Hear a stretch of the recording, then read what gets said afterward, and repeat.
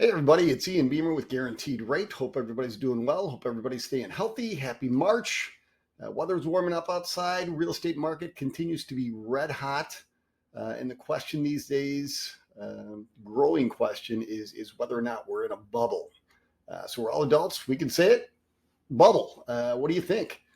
40% of realtors currently believe that their market is in a bubble ready to pop, and 77% of consumers feel that they're currently living in a bubble, the real estate market, and it's ready to pop. So I'm not so convinced.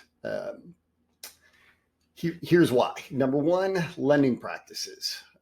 Banks, I'm not sure if everybody remembers, but the mid 2000s, early 2000s, we had all kinds of crazy programs. Market was going crazy. Homes were appreciating.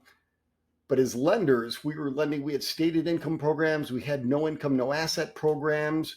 We had 100% financing options. We had programs that would even lend more than 100% of the value, as crazy as that seems. Credit score requirements were minimal at best. There was no limits to the number of investment properties you could finance, number of second homes. It was the Wild West, honestly. Subprime lenders would literally lend to almost anyone. It was crazy. It was crazy. And I think a lot of that built up artificial demand, which brought in a bunch of investors that were looking to make a dollar on the growing real estate market and not necessarily purchasing homes to live in as their primary residence. So as a result, we all saw 2008, 2009. Market obviously did not do so well for those of us that remember. It wasn't great. So as a result of that, we had a huge crash. The bubble popped. So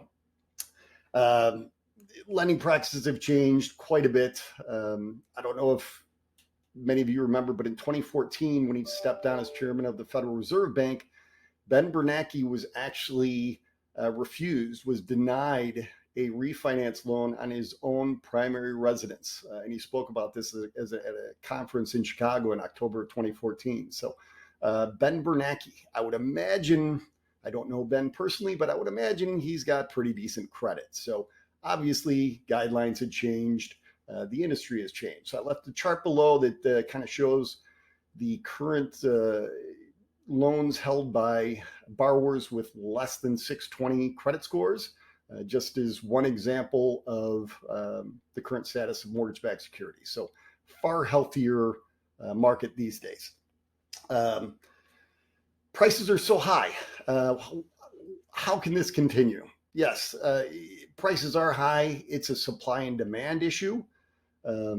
Obviously, we have limited inventory. That's not a secret. We're all seeing that.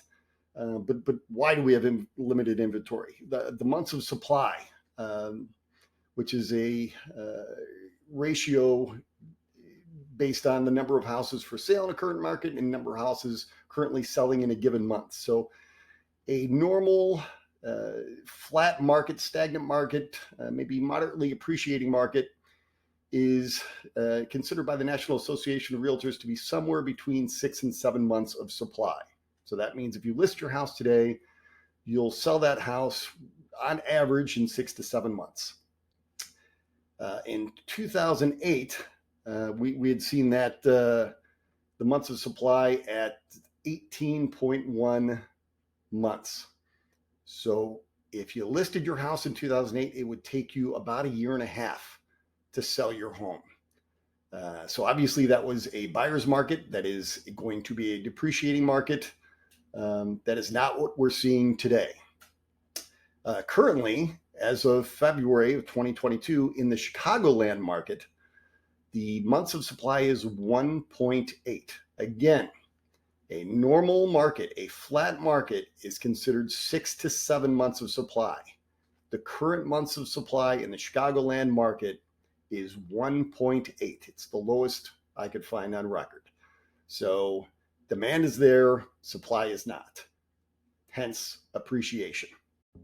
So what's the source of this? Why aren't there more homes for sale? Well, in 2008, when we had that crash, when we had the big drop in real estate prices, developers, as painful as it was for you and I, and probably more so for me because I couldn't originate many mortgages with nobody wanting to purchase a home and nobody could afford to refinance. So, but developers really took one on the chin. So as a result, these national builders that just got crushed when the market fell stopped producing homes. They stopped building.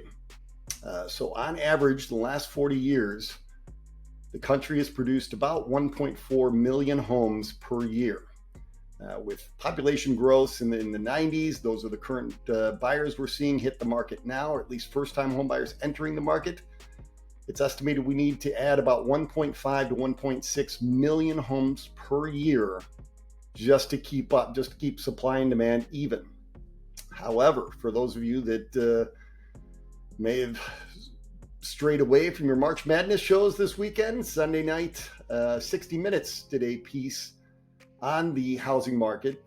Specifically, they were talking about the rental market, and they were focusing more on the Sun Belt. But they did talk about the shortage nationally, and they estimated that we're currently short about 4 million homes. So in 2012, we hit an all-time low of the last 40 years. We completed about 600,000 homes. Again, we need about 1.5 to 1.6 million per year just to maintain a level supply and demand.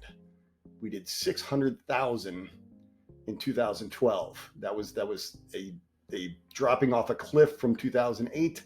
That was the bottom, and then we've slowly been creeping up. I believe last year we did about 1.46 million. So we're getting close to what we need for a stable market, but we still have this huge shortage of about 4 million homes that we need just to get us even again. So I don't see that happening anytime soon.